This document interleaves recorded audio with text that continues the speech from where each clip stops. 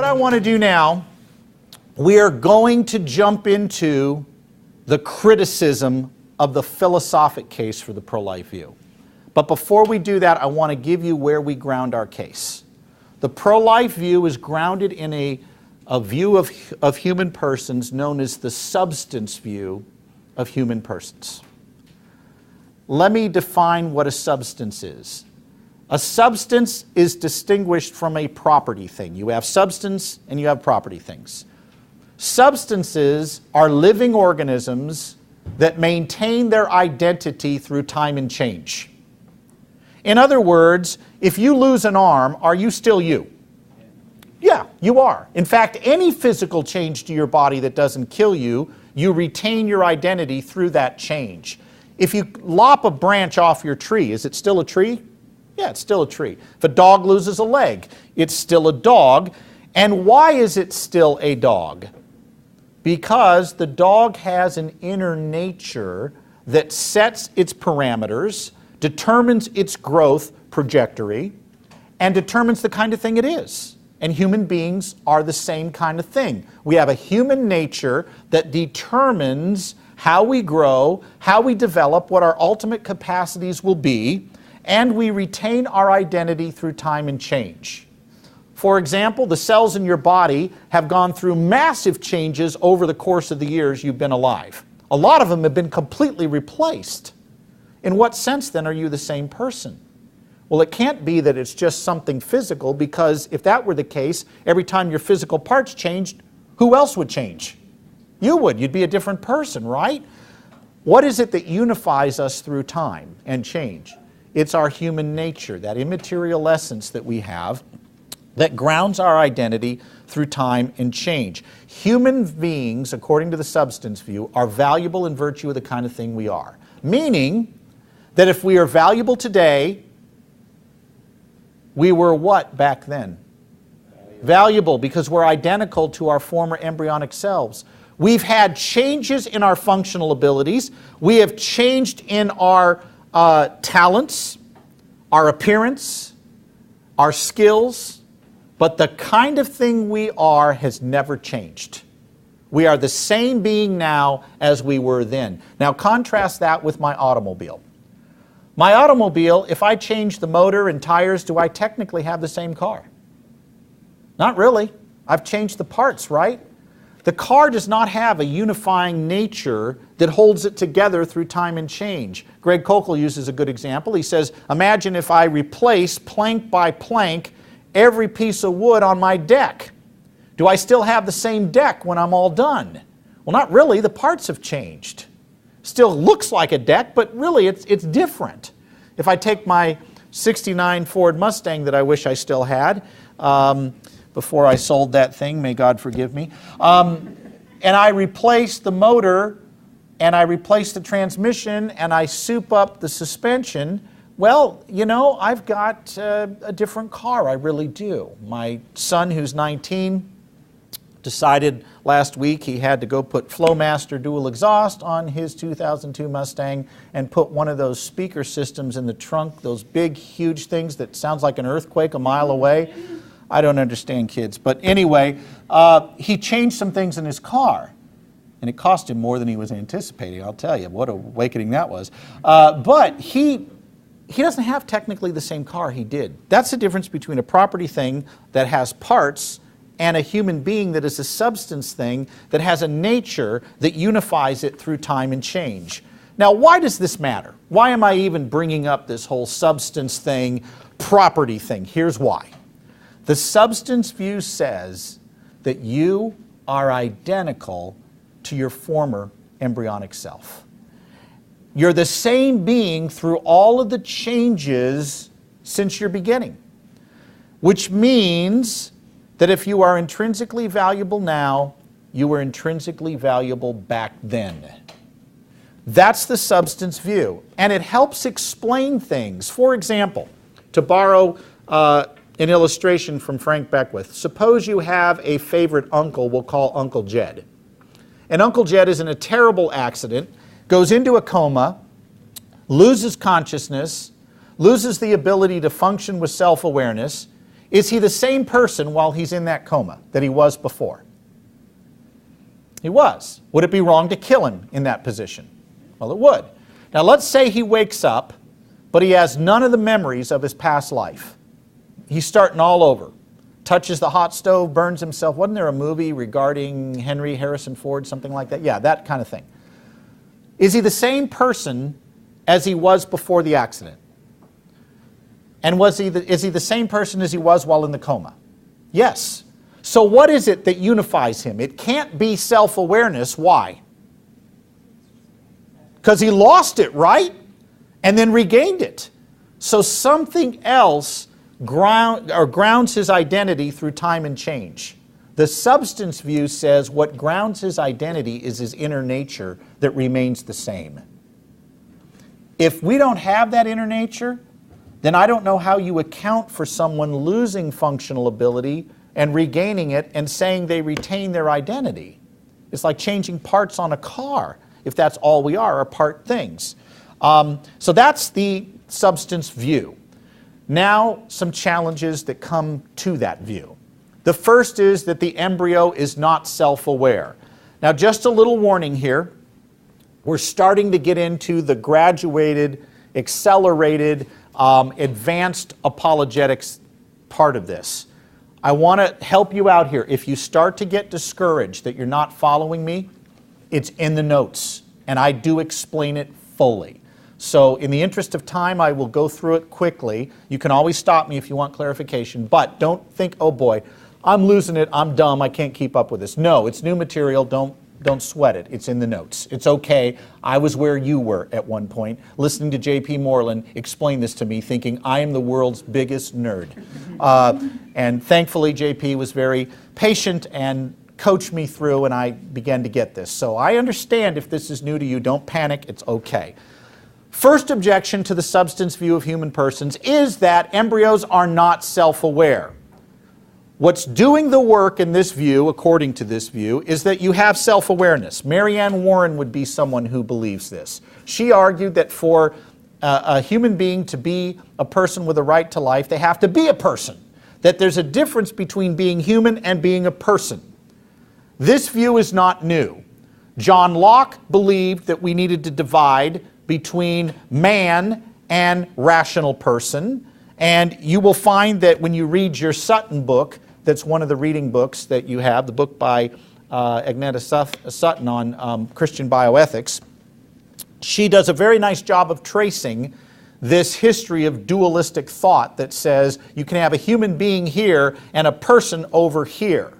And really that what matters is the rational, self-aware person. That's what really matters, not that you're a being of a particular kind.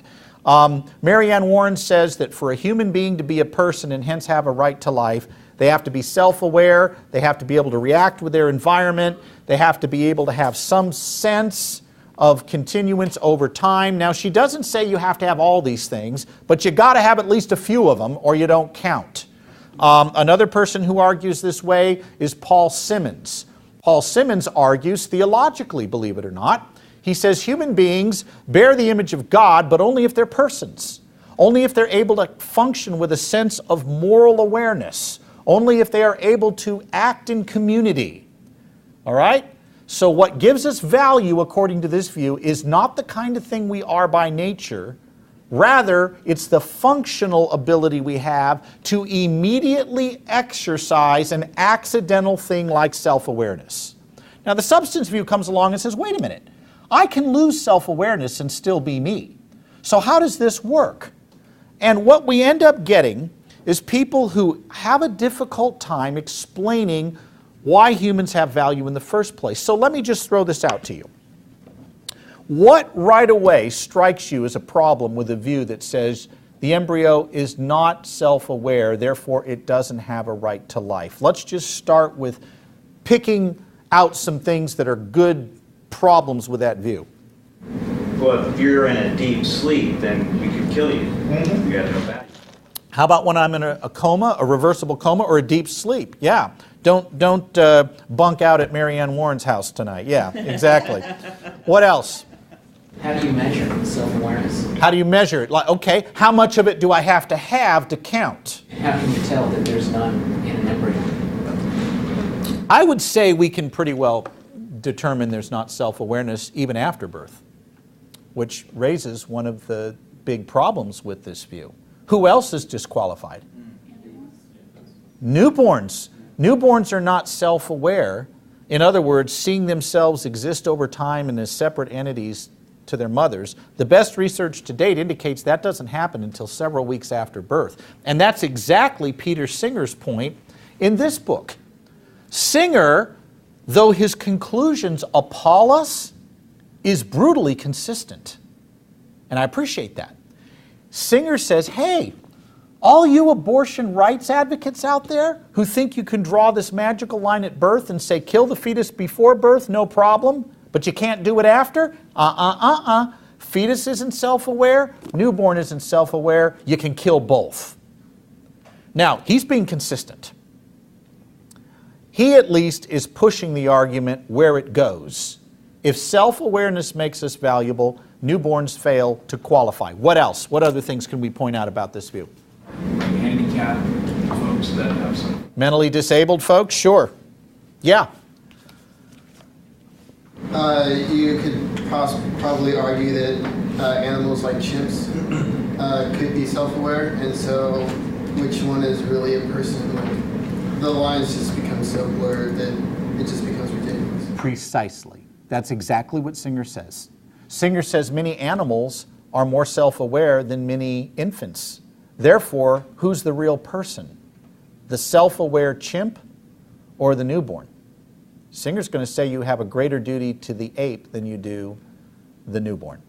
Because Singer will go on to argue that mere membership in the human species doesn't mean a hill of beans. What matters is whether you're a person, and persons are self-conscious beings who can experience pleasure and pain. And infants do not experience self-awareness the way other living things do, so the animals have a greater push. So if his mother was in the latter stages of Alzheimer's or dementia, what would he say about her? If Peter Singer's mother were suffering from Alzheimer's, which, by the way, she was. She died of that about 6 years ago, 7 years ago, and he actually was a model son, took care of her till the end, provided for her, but you raise a very good point. If the loss of self-awareness disqualifies us, in what sense was he treating a person at that point? And I think according to the logical flow of his own argument, he'd have to say she wasn't a person and didn't have a right to anything, would be. There's something else here, though, I want you to see as well. When Marianne Warren says self-awareness is what gives us value, guess what she doesn't do anywhere in her essay? She never tells us why self-awareness is decisive in the first place. Can I give you a little tip here? The first thing that ought to come out of your mouth when you hear somebody give you a reason why the unborn don't count as full human beings, ask why that property they're putting forward as decisive is value-giving in the first place. They need to argue for that. It's not enough to just assert it. Okay, fine. Marianne Warren comes along and says self-awareness is what gives us value. I say it's having a belly button that points out rather than in. So there. Now, why is her category any less arbitrary and ad hoc than mine? She's got to argue for it. She's got to make a case for why that's decisive. She doesn't do it. Other things you see with this problem, or problems with this self-awareness argument. What about this? Do embryos have a capacity for self-awareness? They do in virtue of what? The kind of thing they are. The embryo has a basic capacity for self-awareness. What does the embryo lack? Maturity or an immediately exercisable capacity for self-awareness. In other words, it has a basic capacity, but not one that can be immediately brought into play. On what grounds does Marianne Warren say that what gives us a right to life is the immediate capacity and not the basic one. Does she ever argue for that? No, she doesn't. She just asserts it. But it seems to make more sense that it's what we are by nature that matters, our natural capacities rather than our immediate ones, that ought to carry the ground, that ought to be the thing that determine who counts as a human being rather than what we can do at this exact moment. And the Uncle Jed example we just did a moment ago is a classic case of that. Here's another example. Well, no, I'm going to save that one for later. So embryos have this in virtue of what they are. The next thing you'll hear, and then we're going to take a stand-up break, our last one of the night, you'll hear that embryos are equivalent to brain-dead people. And John Hood makes this argument. John Hood says, look, if the end of life is the cessation of brain function, shouldn't the beginning of valuable human life be the beginning of brain function? In other words, he's trying to make this symmetrical argument. Already we've talked about why those two aren't parallel. What's the first thing we would point out? Irreversible. Yeah, there's a real difference between the brain-dead person who's in the category of no more, as Stephen Schwartz points out, and the embryo that's in the category of not yet. The embryo doesn't yet need a brain to live. The brain-dead person has suffered an irreversible cessation of all functions of the entire brain. He's gone. He's dead. Is the embryo in a position of having suffered an irreversible loss of all? No, not at all. It just yet isn't functioning with a brain. It doesn't need it, though. Something else coordinates its bodily system so that it can live. That's a big difference right there. The last thing we'll do before we get to our break. Everybody doing okay, by the way? Staying awake? You're a remarkably patient bunch. I'm on East Coast time. I can pump myself full of caffeine and go till 4 in the morning and be just fine. Be dead tomorrow morning, but Scott Ray's speaking first, so I'll be fine. You'll get people who come along and say you have to have a desire for a right to life, otherwise you're not harmed if we abort you or kill you. And because fetuses lack brain development to have a desire to live, we really aren't doing anything wrong if we kill them through elective abortion or embryonic stem cell research or whatever, because they don't have a conscious desire to live anyway. And it's the desire that gives you a right to life, and until you have an immediate access to desire, well, we really aren't harming you if we kill you. Question, can I be harmed without being aware that I've been hurt? Can you give me an example? Someone who's had a stroke or something of that nature that their brain is still functioning, they might not necessarily feel the pain. Or someone in a coma, they're still hurt. Yeah. If you slit my throat when I'm sleeping at night, I may not feel it, but I've still been harmed. Yeah. How about desires, though? Could I be... Go ahead. Yeah, I was going to say in terms of desires, it's interesting because if somebody is suicidal, they don't have a desire to live. So does that justify me killing that person or that person just going ahead and committing suicide? Yeah, what about that? What would be wrong with suicide in that case? Now, David Boonen's going to give us an answer, but just on the surface, I agree with you. That's a problem right there. How about if I never know that I've been cheated out of $1 million inheritance?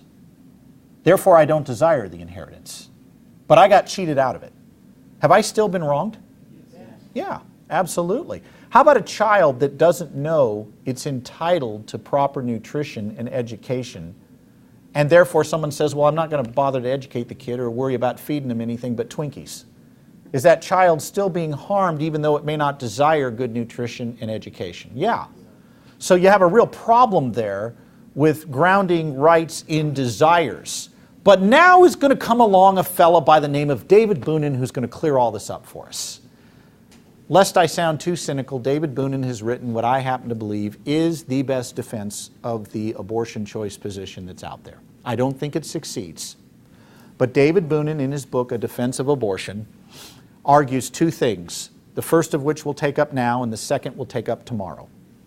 The first thing he takes up is that rights depend on having a conscious desire for something, And the fetus, because it lacks organized cortical brain activity, does not yet have the physical structures in place to desire anything. Therefore, it lacks a conscious desire for life. Therefore, it can be killed. Now, right away, you're thinking, wait a minute, newborns don't have a conscious desire to go on living, so Boonen's saying we can kill newborns. No, Boonen's going to make a distinction. Here's what I want you to see. I'm going to attempt to explain this to you, and I have studied this, and I still have my head swimming when I try to go through this. And it shows how the view lacks explanatory power, in my view. You won't believe what he's got to work to do. And wait till you hear his defense of bodily rights tomorrow. But here's what Boonen says. The newborn cannot be killed even though it lacks a conscious desire.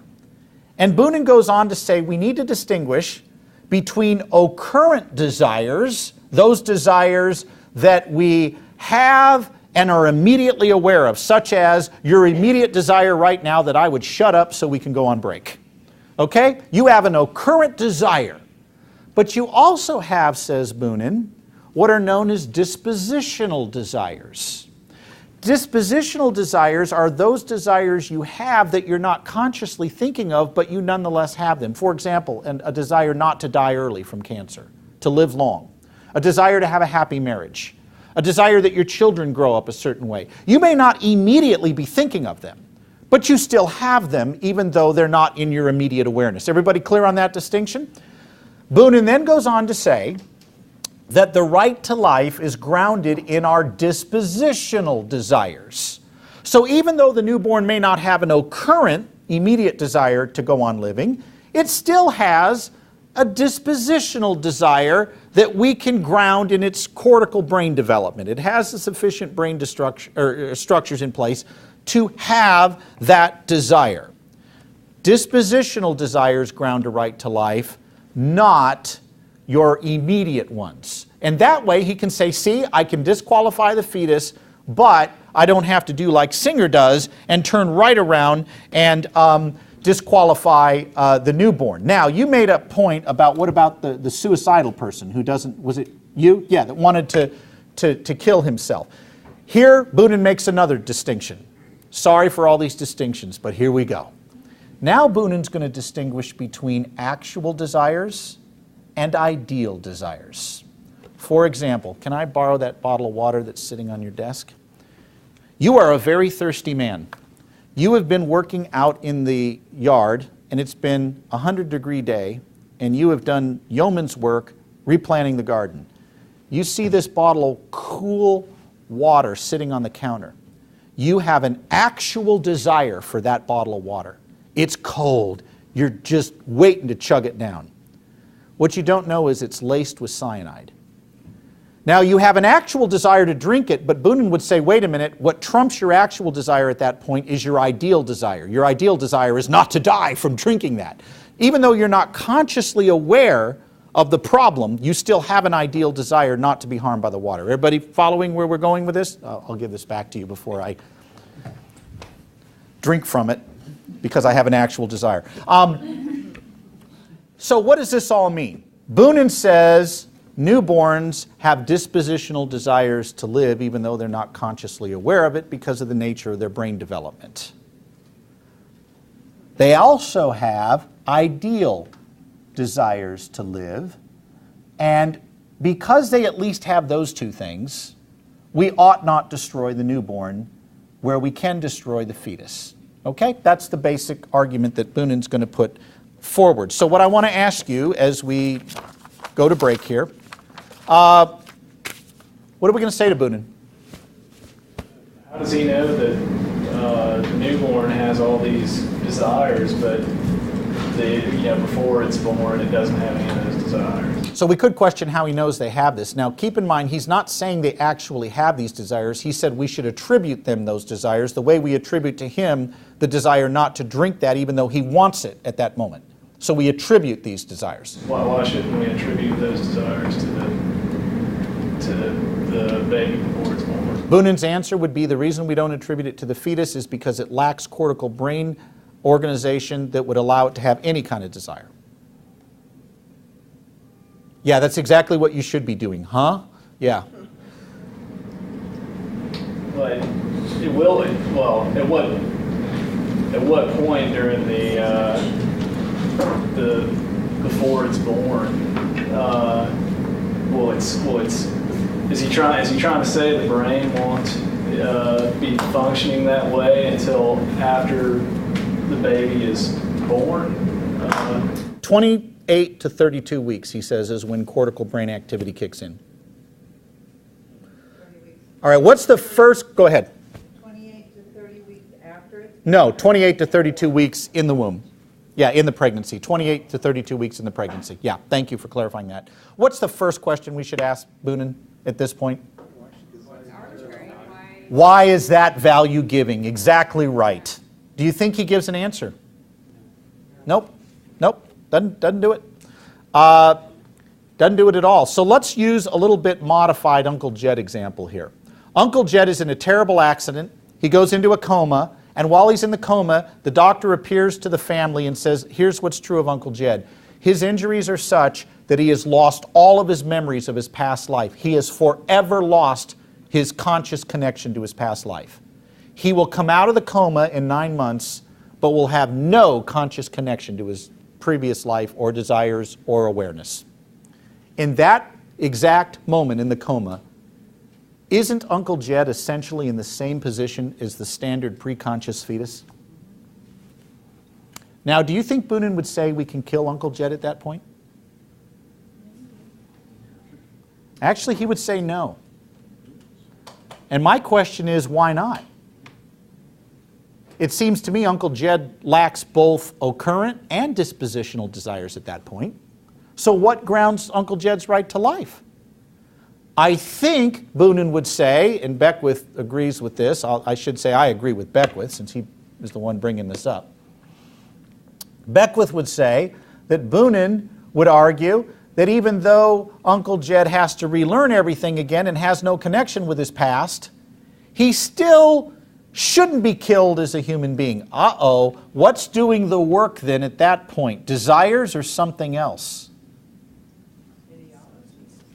His nature as a human being. The argument seems to be at that point that the reason we shouldn't kill Uncle Jed is he has a particular nature. Well, if that's true, who else has that same nature? The fetus. Go to break. I'll see you in 5 minutes. One point I want to get back to just in general about self-awareness grounding a right to life. If an accidental property, meaning a property you could lose or gain without changing your essential nature, if something accidental like self-awareness is what gives you a right to life, how do you account for human equality? Let's look around the room right now. Some of you are on the upside of a caffeine fix. You went down to the Starbucks on campus or whatever that place is. Seattle's Best, is it? Is that what it is? Okay, whatever. You got your caffeine fix and you're good. We could go to 11:30, 12 and you'd be fine. Others of you, you had that big gulp at 3 o'clock in the afternoon and you're on the backside of that caffeine drop. Okay? If self-awareness is what gives us value, wouldn't those who have more of it have greater rights than those who have less? Meaning you can take the concept of human equality and throw it on the ash heap of history. Pick any accidental property you want, viability, the experience of pain, pleasure. Whoever has more of it has a greater right to life, right? It just follows. A far better way to argue is to say that we all share something in common equally. What is it? What is the one thing we share in common equally? We all have the same human nature. And by the way, you don't have a human nature in degrees. You either have it or you don't. You do have by degree levels of self-awareness, the ability to feel pain. But you do not have by degrees a human nature. You either got one or you don't. And that's the only way to account for human equality objectively without getting into very subjective, ad hoc, and arbitrary standards that determine who counts and who doesn't. We're equal by nature, not function, as James would tell us. Not James, the biblical writer, but the philosopher. Okay. Next thing we want to do here is wrap up Boonin in this whole problem with desires. What happens if I have a bunch of slaves that I have conditioned to never desire their freedom? Are they entitled to their freedom even though they don't desire it? Okay, I would say yes. Even though they've been indoctrinated to believe that they do not deserve freedom or even desire it. It doesn't mean that they are therefore not entitled to it. There was a stunning survey in 2004 of Turkish women. A third of them felt that it was their husband's right to beat them if they withheld sex, burned the dinner, or somehow made a mistake disciplining the children. Now, even though these women were conditioned to believe that they could be beaten and it would be justified, did that mean they were, or that it was justified to beat them, even though they didn't desire not to be beaten, we might say? No, of course not. So the fact that someone doesn't desire something doesn't mean we can withhold from them what they are deservedly entitled to by nature of the kind of thing they are.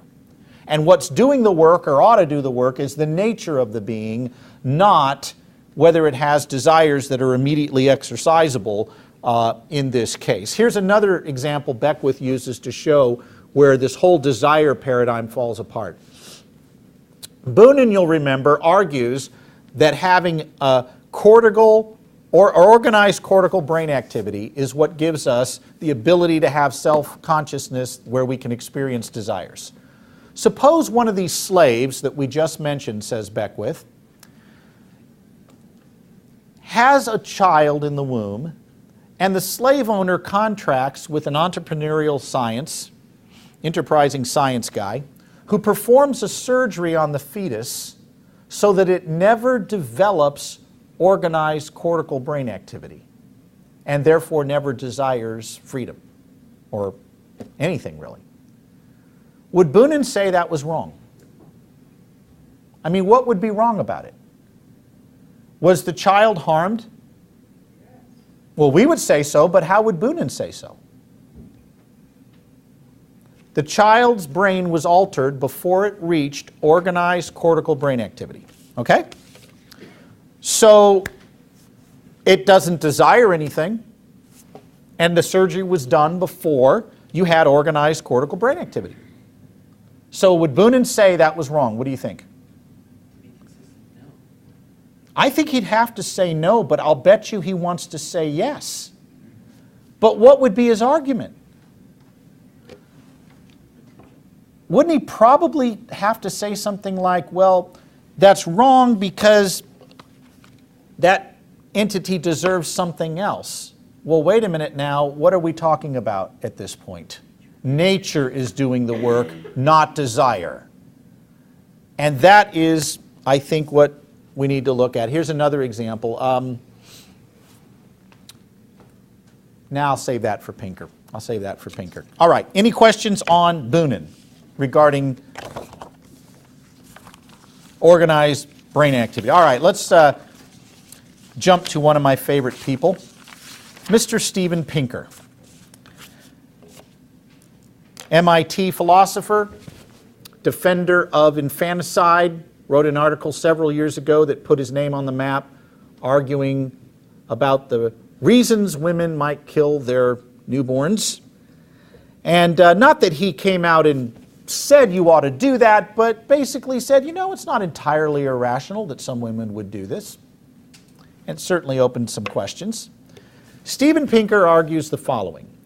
The substance view of human persons that we just talked about, that humans are valuable in virtue of the kind of thing they are, and the kind of thing they are stays the same through change and time. Pinker says that view of human dignity is stupid, useless, probably dangerous, and needs to be replaced with an entirely secular bioethic that does not ask any metaphysical questions about the nature of human beings. Pinker says we need to get rid of metaphysical considerations when we do bioethics. Don't worry about the nature of the beings in question. Instead, we can focus and base bioethics on two principles: consent and personal autonomy. We don't need dignity. Personal autonomy and consent will do all the hard work for us. In a moment, I'll tell you why that's not going to work, but I want to focus in on something more fundamental at this point. Pinker then goes on to say that we ought to embrace in bioethics what is known as scientific materialism. What is scientific materialism? A metaphysical worldview that says what? All truth, reality is reduced to physical processes, right? Immaterial things like souls, morality, they're not real items of knowledge. You have conditioned physical responses, you have physical things, but you can't bring into this immaterial things like human dignity. But scientific materialism, as Megan pointed out, is not neutral when it comes to metaphysics. It's a worldview about the nature of reality, our place in the universe, and how we ought to view things.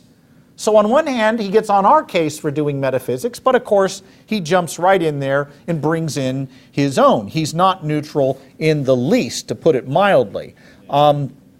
Let's talk, though, about why he thinks human dignity is useless. He says it's useless, and here's his main argument.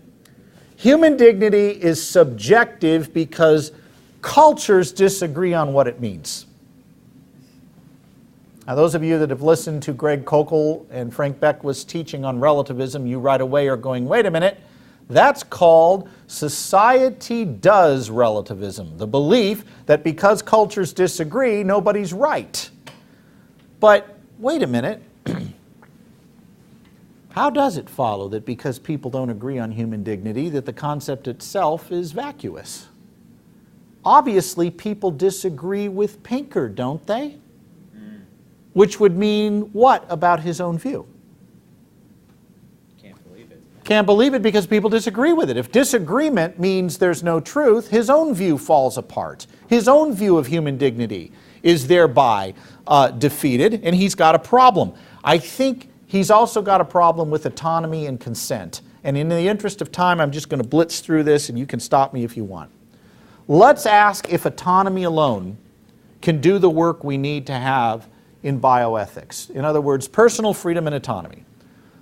Let's say in the next room, we have 100 men, age 30, who determined that what they want to do in life is live an autonomous life where they are going to eat as much trans fat as they can, and their purpose and goal is to die of strokes, every one of them by age 35. And let's say 3 years out, after eating enormous quantities of trans fatty foods, these men start dying.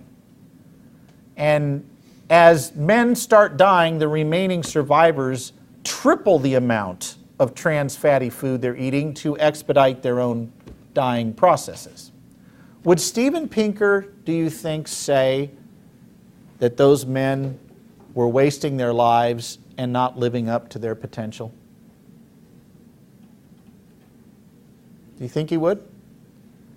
I think his intuitions would scream at him, what they're doing is wrong. But if that's true, is autonomy alone a good enough foundation for doing bioethics? Those men are acting autonomously. So who are we to judge? Greg Kokel once mentioned this group. I remember this. I had just joined Stand to Reason back in 1997. And there was this cult group called the Hale-Bopp Comet Group. Do you remember them? They were waiting for some comet, and they all committed mass suicide. And all over the news is, what a tragedy, what a horrible tragedy. And I remember Greg at a staff meeting saying, why was it a tragedy? These people fulfilled their wish. They had an autonomous desire to commit suicide. If autonomy is all we need, we don't need dignity, then who are we to say these people didn't fulfill their natures They're autonomous. What about consent? You always hear consent alone is enough to determine right and wrong. I can think of all kinds of problems with consent being the issue. Can you think of any?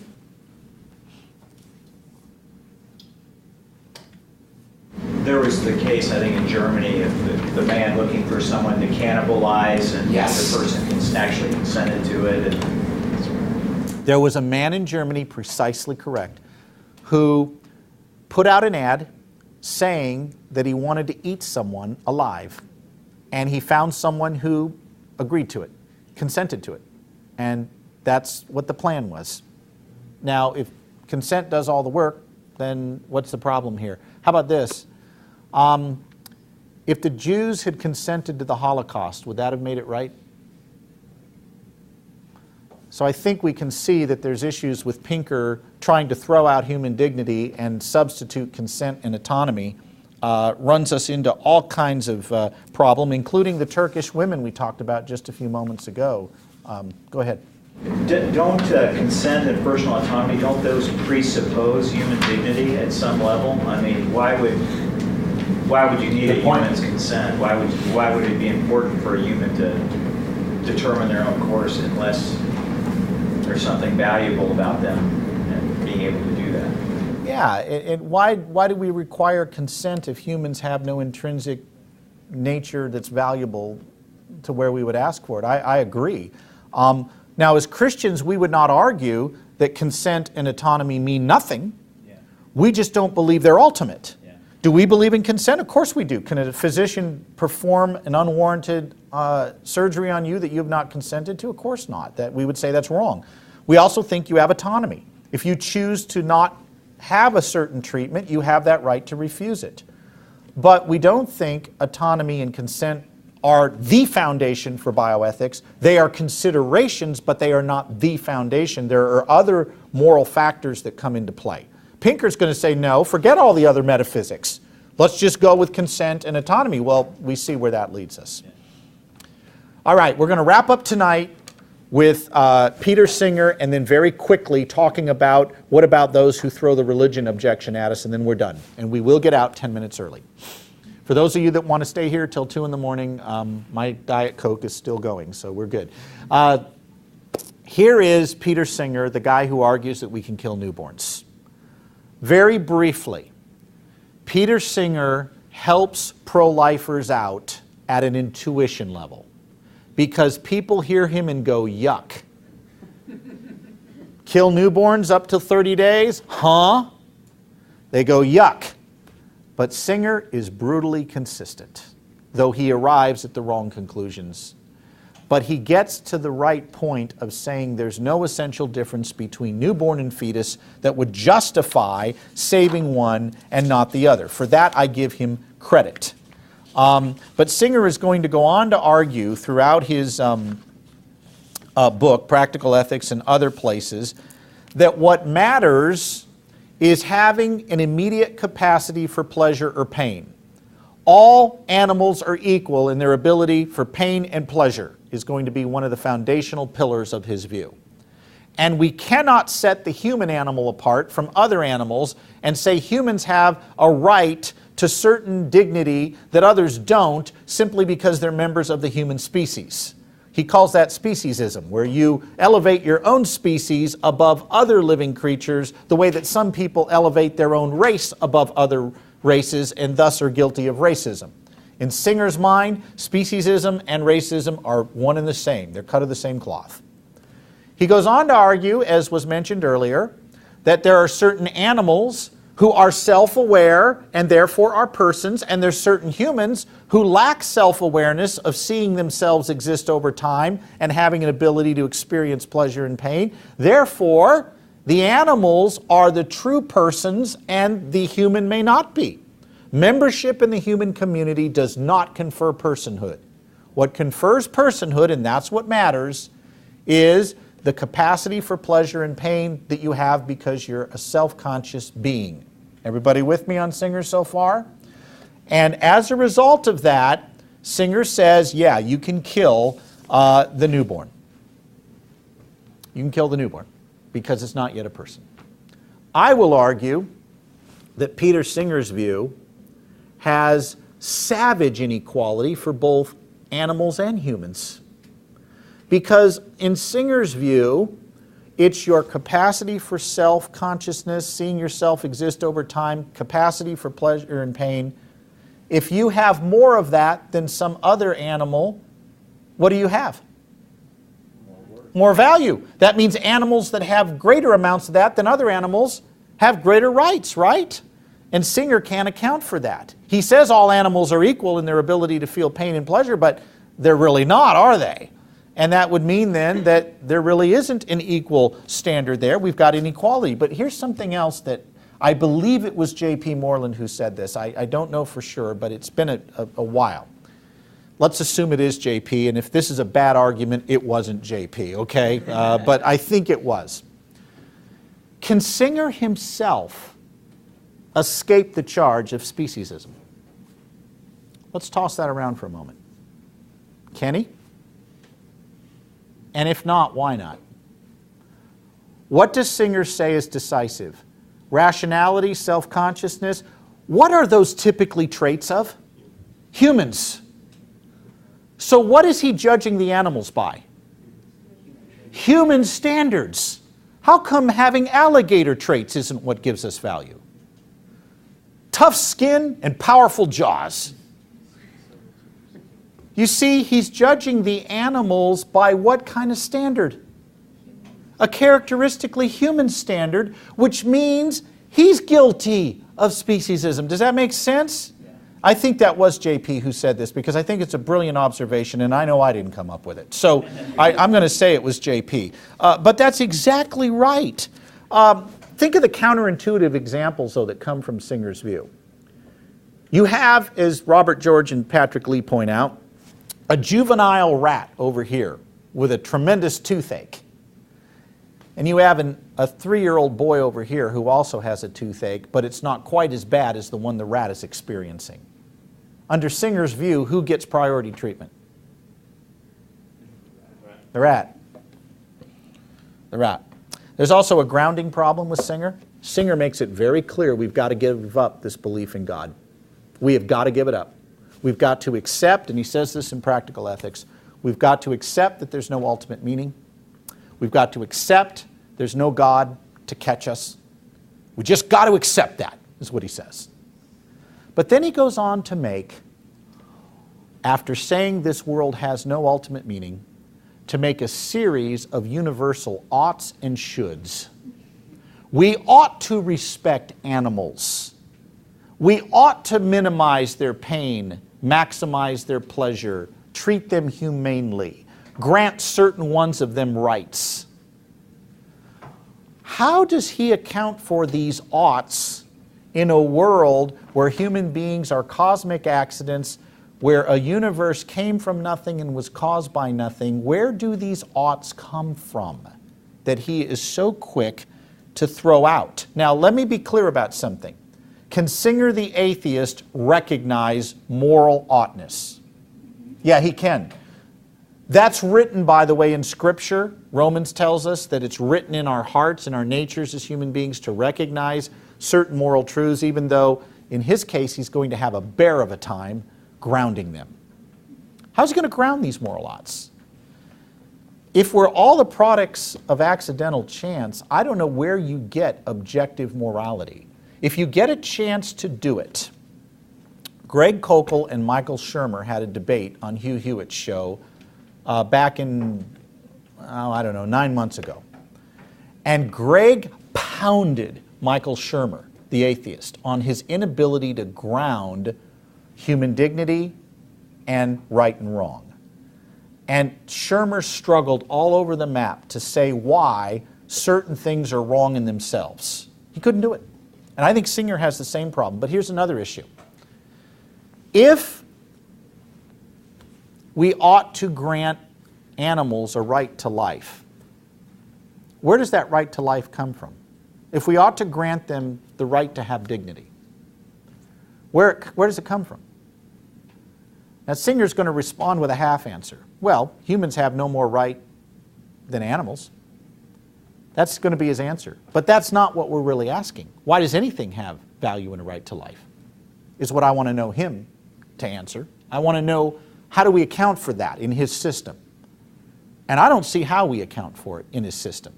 He can recognize it, which is why he tells us we ought to be kind to animals. But if there is no God, the highest authority is not something transcendent. It's what? Government, right? So if a government revokes rights for animals, to what is Singer the atheist going to appeal? There's nothing to appeal to. We choose not to respect animals. Now what, Mr. Singer? You see, he can't ground his rights claims or his moral claims, and that's the big problem, I think, with Singer. He just doesn't have a way to ground these moral lots. All right. Any questions on that before we do our final thing and get out early? I can't remember. That debate that Greg Hegel had with Michael Shermer, I can remember Michael Shermer trying to argue for objective moral values, but I can't remember how he was trying to do it. He was saying that as a community, the question is, how did Michael Shermer try to argue for objective values? He says, well, basically, just go ask the women who've been mistreated, and they'll tell you that they feel wronged when they're mistreated by men. He was basically arguing for what amounts to emotivism, the belief that morality is just emotional expressions. And since everybody has that, he Yeah, say that's and then he also tried to make this community argument that over the course of thousands of years of history, we've evolved into this sense that's objective now. And Greg just said, well, what if another community evolves to believe it's okay to kill Jews? Now what? And Greg really handled it well. It was outstanding. And you can get the CD of that from Stand to Reason. Biola University offers a variety of biblically centered degree programs, ranging from business to ministry to the arts and sciences. Visit biola.edu to find out how Biola could make a difference in your life.